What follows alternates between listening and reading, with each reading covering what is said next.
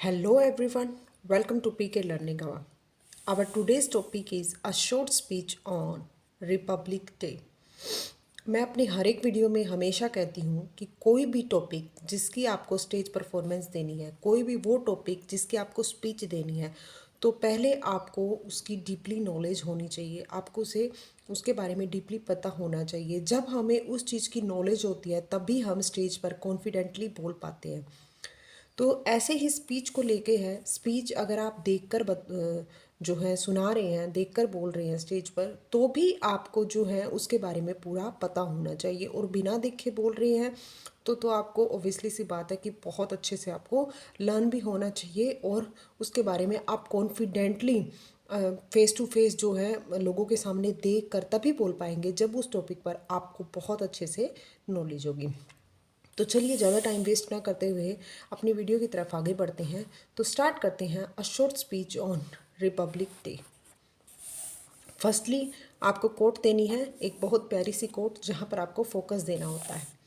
Some like Sunday, some like Monday, but I like one day and that is Republic day.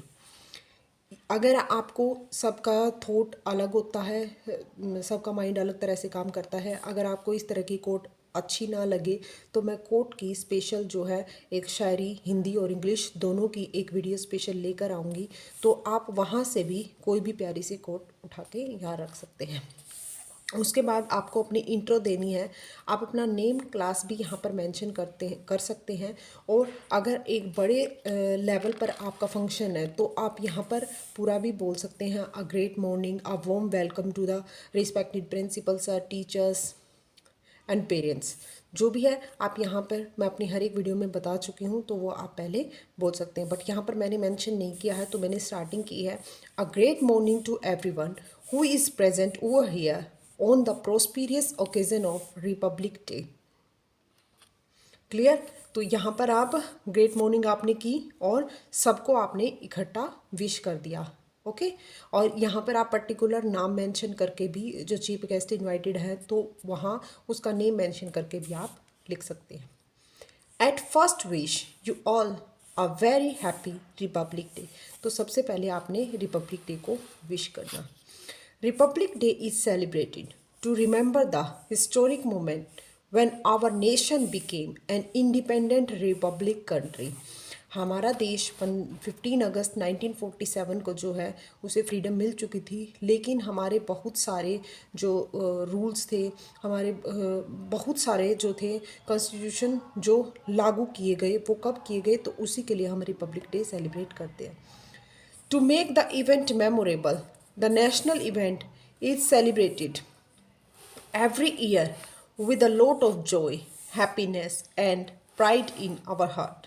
We all know that India got independent on 15 August 1947, but the nation did not, sorry यहाँ पर थोड़ा space ज़्यादा हो गया तो ये इकट्ठा आएगा, did not have any constitution of its own. हर एक देश का अपना एक संविधान होता है, लेकिन हमारा आज़ाद होने के बाद भी कोई संविधान नहीं था। After many discussion a committee headed by, काफ़ी डिस्कशन के बाद एक कमिटी हेल्ड की गई, एक कमेटी बिठाई गई जिसमें हमारे जो फादर ऑफ कॉन्स्टिट्यूशन है कौन, डॉक्टर भीमराव अंबेडकर, उनका मेन रोल था। Doctor Bhimrao Ambedkar submitted A draft of the Indian constitution which was adopted on 26 November 1949 and officially came into effect on 26 January 1950। Means हमारा संविधान कब लागू हुआ, हमारा कॉन्स्टिट्यूशन कब इफेक्ट में आया, 26 जनवरी 1950 को। क्लियर? आपने बता दिया कि हमारा कॉन्स्टिट्यूशन क्या है। आप इसमें डीपली भी और लिख सकते हो, बट मैं हमेशा कहती हूँ कि अपनी स्पीच को ऐसा लिखो कि सुनने वाला ज़्यादा बोर भी ना हो और उसे उसकी नॉलेज भी मिले, और इतना छोटा भी मत लिखो कि उसमें आप कुछ कह ही ना पाओ। तो आपने बता दिया। उसके बाद I want to end this speech by saying that India is a democratic country. The citizens enjoy the privilege to elect their leader to lead the country. Although there has been a lot of improvement till now.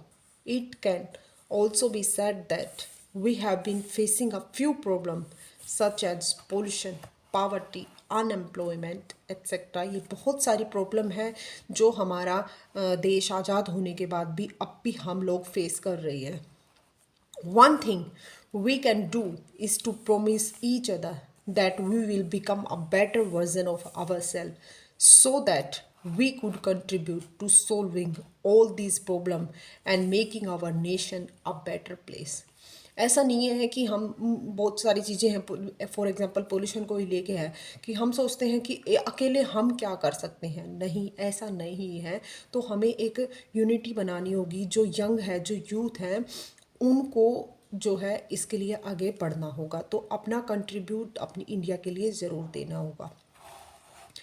Every Indian should now forget that he is a Rajput. यहाँ पर इस quote पे फिर focus करोगे। Every Indian should now forget that he is a Rajput, a Sikh और a Jat. हर एक Indian को ये भूल जाना चाहिए कि वो राजपूत है, एक सिख है या फिर एक जाट है। He must remember that he is an Indian. उसे हमेशा सिर्फ एक चीज़ को याद रखना चाहिए कि वो इंडियन है। तो यहाँ पर भी आप अपने अकॉर्डिंग जो है कोड चेंज कर सकते हो। लास्ट में थैंक यू, जय हिंद, वंदे मातरम, जय भारत। तो आप इस तरह से अपनी स्पीच को एंड करोगे। तो ये थी एक छोटी सी प्यारी सी स्पीच। आई होप आपके लिए काफ़ी हेल्पफुल रहेगी। अगर आपको अच्छी लगती है, अगर आपकी कोई भी क्यूरी है, अगर आप उसकी PDF चाहिए, any question you can put on the comment section. Please मुझे कमेंट ज़रूर किया करो। अगर आपके लिए हेल्पफुल रहती है, उसके बाद आपने स्टेज परफॉर्मेंस दी है, उसके बाद भी मुझे कमेंट में ज़रूर बताया करो कि ये कितनी अच्छी लगी, ऑडियंस को कितनी अच्छी लगी, टीचर्स ने कितनी अच्छी बताई। तो थोड़ा सा मोटिवेशन मिलता है इनकी नेक्स्ट वीडियो के लिए। Thank you, have a good day, bye, take care everyone, good luck.